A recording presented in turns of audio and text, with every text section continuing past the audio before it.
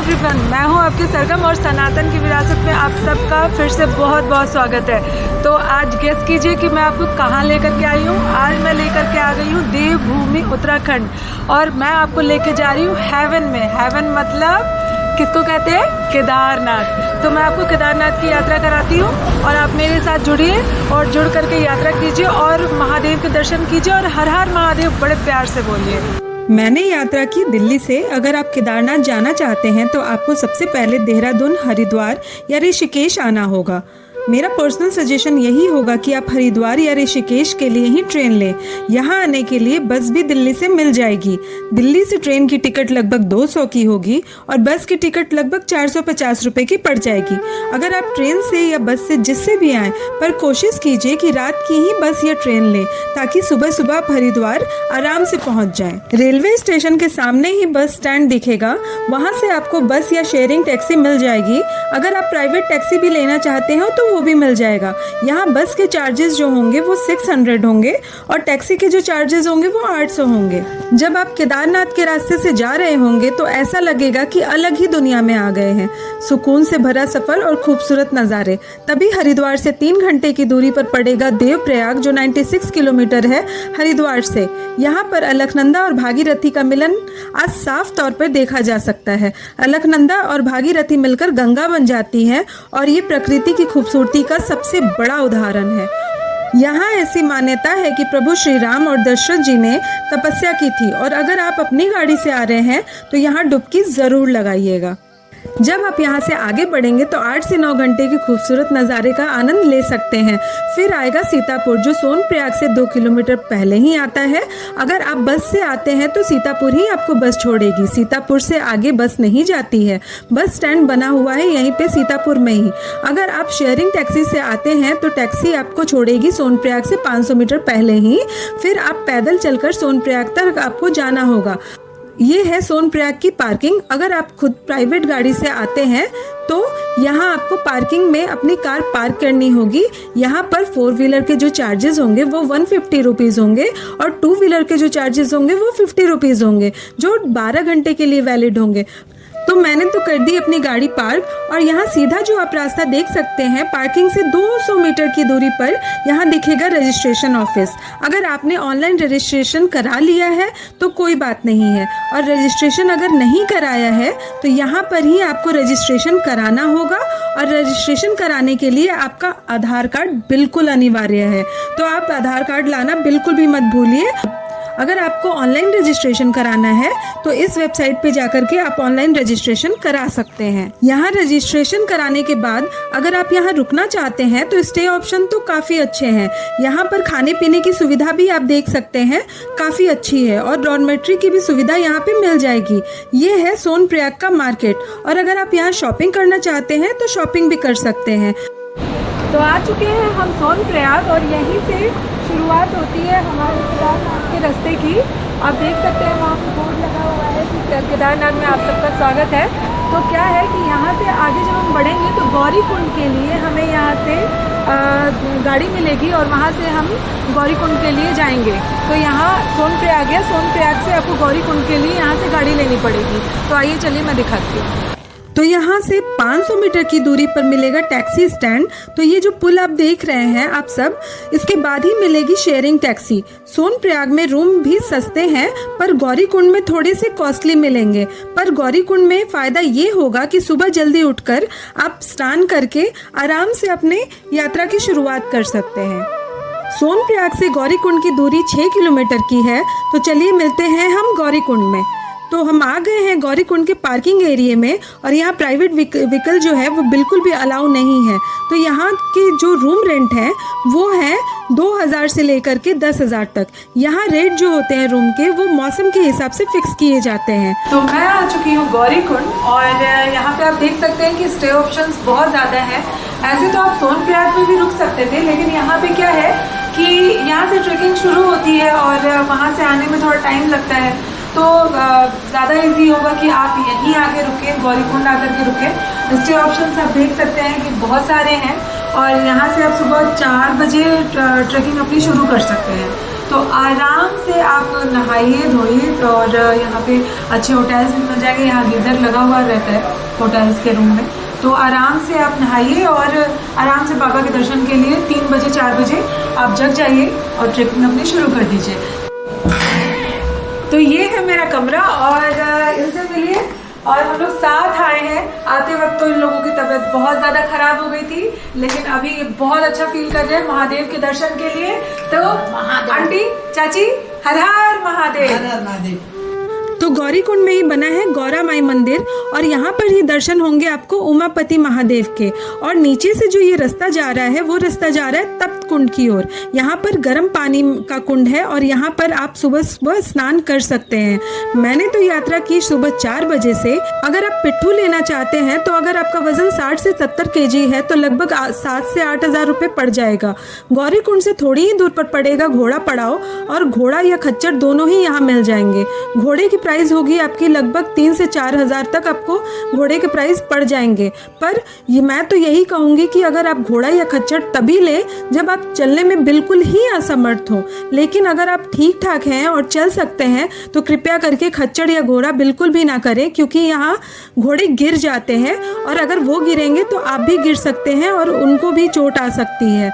तो रास्ते में पानी पीने के लिए घोड़े के लिए बिल्कुल प्रॉपर व्यवस्था है और यात्रियों के लिए भी खाने पीने की और वॉशरूम की अच्छी सुविधा है। इसे कह सकते हैं फर्स्ट एंट्री गेट। आप यहाँ जैसे ही आगे बढ़ेंगे वैसे ही खाना पीना बिल्कुल भी महंगा होता जाएगा, क्योंकि रीज़न ये है कि नीचे से ऊपर जब सामान लेके जाते हैं तो बहुत ही ज़्यादा मेहनत पड़ती है। और यहाँ आपको मेडिकल की भी सुविधा मिल जाएगी। भैया क्या नाम है? विक्रम सिंह। यहाँ से कितने दूर है आप? यहाँ से 21 किलोमीटर। और कितने किलोमीटर का ट्रैक है? अभी टोटल 24 का है। गौरीकुंड से केदारनाथ 24 है। हाँ। 2 किलोमीटर घोड़ा अलाउ नहीं है। अच्छा, नाम क्या है भैया आपका? विक्रम सिंह। अच्छा, विक्रम सिंह। तो यहाँ पे जब आप आते हैं और ये झरना देख लीजिए, पहला 1 किलोमीटर पे ये झरना पड़ता है। तो विक्रम भैया के यहाँ आकर के जरूर चाय पीजिए। गौरीकुंड से 3 किलोमीटर चलने के बाद आएगा चिरवासा मंदिर। तो आइए जानते हैं पंडित जी से यहाँ की कथा। ये कौन सी जगह है? ये है चिरवासा भैरव बाबा। यहाँ पर पांडवों को रोक दिया था भैरव बाबा ने। हाँ। तब भीम से लड़ पड़े भैरव बाबा, आकाशवाणी हुई। हाँ। तब द्रौपदी माता ने क्षमा यात्रा मांगी भैरव बाबा से।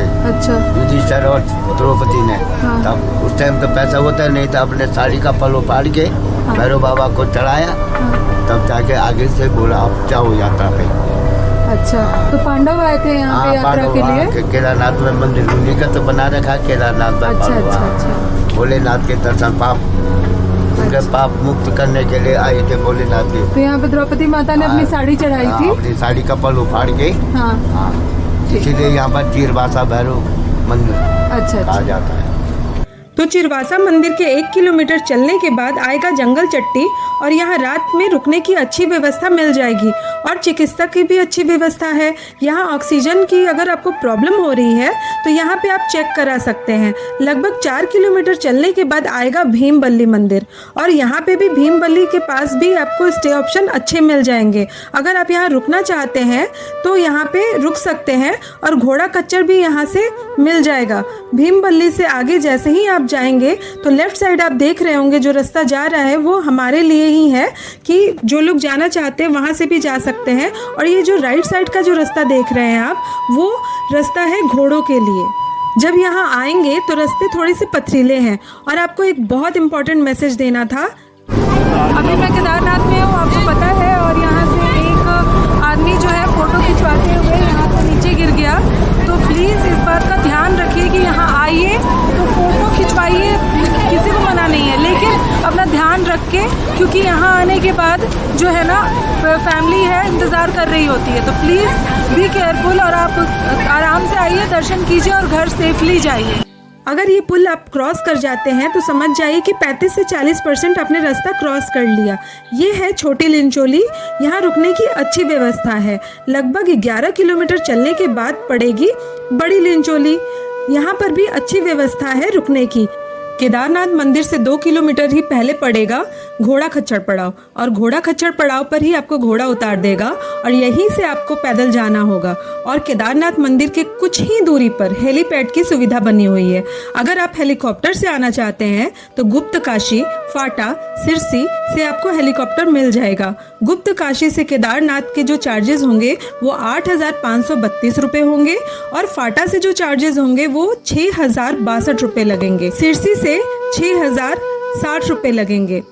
हेलीकॉप्टर के लिए आप इस वेबसाइट पे जाकर अपनी ऑनलाइन बुकिंग कर सकते हैं।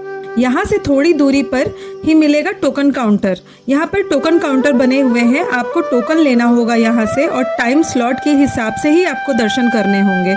ये देखिए टेंट, यहाँ पर 400 से लेकर के 1,200 रुपये तक पर पर्सन में आपको टेंट मिल जाएगा।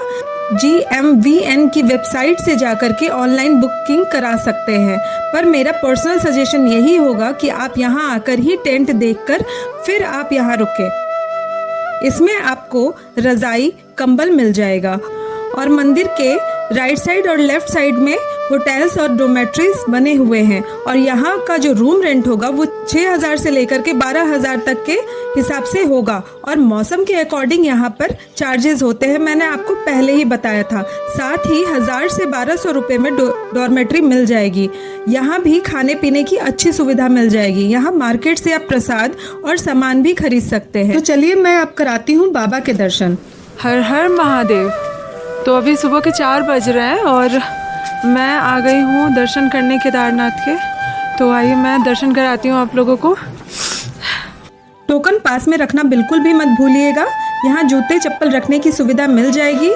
तो मैं पहुँच गई 4 बजे सुबह में नहा धो के दर्शन के लिए। पर आपको तो पता ही है कि महादेव के भक्तों की कोई कमी नहीं है। तो यहाँ रात के 2 बजे से ही लोगों ने लाइन लगाना शुरू कर दिया बाबा के दर्शन के लिए। तो आप घर बैठे ही दर्शन कीजिए गर्भगृह के।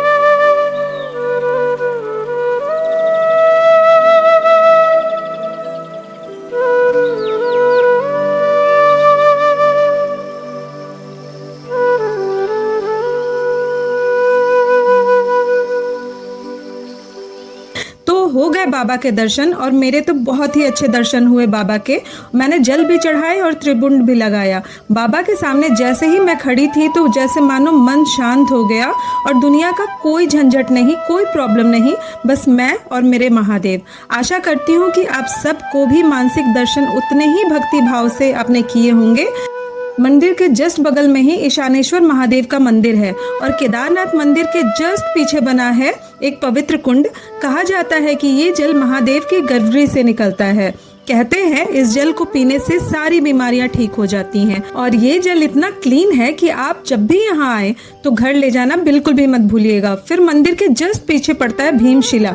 ये वही भीमशिला है जो 2013 में आपदा में मंदिर की रक्षा जिसने की थी, वो यही भीमशिला है। तब से इनकी पूजा की जाती है। भीमशिला के जस्ट 50 मीटर की दूरी पर पड़ता है श्री आदि गुरु शंकराचार्य की समाधि। केदारनाथ मंदिर के निर्माण पांडव राजा जनमेय ने कराया था और बाद में 8वीं शताब्दी में शंकराचार्य जी ने वर्तमान मंदिर का निर्माण कराया था। अगर आप गर्भगृह के दर्शन करना चाहते हैं तो ये काउंटर है। यहाँ से आप पास ले सकते हैं जो 1100 से 2100 तक का पड़ जाएगा। अगर आपको आरती देखनी है तो शाम की आरती 7 बजे होती है। आप यहाँ की आरती बिल्कुल देखना मत भूलिएगा क्योंकि इस ब्रह्मांड की सबसे अच्छी और अद्भुत आरती यहाँ की होती है। यहाँ पे भैरवनाथ यानी कि केदारनाथ के संरक्षण और क्षेत्रपाल कहे जाने वाले भैरवनाथ के दर्शन होते हैं। कहा जाता है कि जब मंदिर बंद हो जाता है तब बाबा यहाँ पे महादेव की पूजा करते हैं और जब 6 महीने के बाद खुलता है तो ताज़े फूल चढ़े हुए मिलते हैं। तो आइए जानकारी लेते हैं पंडित जी से। इसका ऐसा है कि यहाँ 6 महीने के लिए कपाट खुलते हैं गर्मियों के सीजन में। उस समय होती है यहाँ पे मनुष्य पूजा, यानी कि मनुष्य लोग यहाँ पे पूजा करते हैं भैरव बाबा जी की, केदार बाबा जी की। ठीक है, भैरवनाथ तो क्षेत्र रक्षक हैं, वो तो पूरे 12 महीने यहाँ की रक्षा करते हैं। और 6 महीने के बाद जो है जब कपाट बंद होते हैं देख रेख नहीं की रहते हैं भैरवनाथ जी की। उसके बाद यहाँ पे देव पूजा होते हैं, यानी कि जो देव लोग हैं, देवता लोग हैं, वो यहाँ पे पूजा करते हैं। जब कपाट खुलता है तो जो लोग आते हैं वो स्वयं इसके जो है साक्षी हैं कि अंदर जैसे दरवाजे खुलते हैं, ताला खुलता है, अंदर जो है अखंड जो जलता हुआ मिलता है और कुछ जो है पुष्प वगैरह वहाँ पे जो पूजा की होगी देव लोगों ने, उसको इसी के लिए भीड़ पड़ती है कि प्रसाद के रूप में उनको उठा लें। चावल के दाने, जौ के दाने ये मिलते हैं वहाँ पे अंदर। ऐसा लगता है कि यहाँ पे हुआ है, ऐसा नहीं होता कि जैसे क्लीन करके गए थे वैसे ही, नहीं, ऐसा नहीं मिलता है। ऐसा जब खुलता है तो अंदर एक साक्ष्य मिल जाता है कि यहाँ पे कुछ ना कुछ हुआ है, पूजा अर्चना हुई है, जबकि पूरा बंद रहता है। अच्छा, थैंक यू पंडित जी। इसी रास्ते में मिलेगा आपको अलवर भंडारा, और यहाँ एक ही भंडारा देखने को मिलेगा जो 6 महीने तक चलता है। केदारनाथ तो सब लोग दर्शन करते हैं, लेकिन यहाँ पे ये कुंड का नाम है रेतस कुंड, और यहाँ पे जब भी आप महादेव का नाम लेंगे तो यहाँ पे बुलबुलें उठते हैं। आप देख सकते हैं कि यहाँ पे सब लोग यहाँ पे महादेव का नाम ले रहे हैं और देख रहे हैं कि महादेव कितना कृपालु है और ये कितना मतलब इनकी माया है। केदारनाथ मंदिर दर्शन करने के बाद चले जाते हैं, लेकिन आप यहाँ आइए और यहाँ की महिमा देखिए। ओम नमः शिवाय, ओम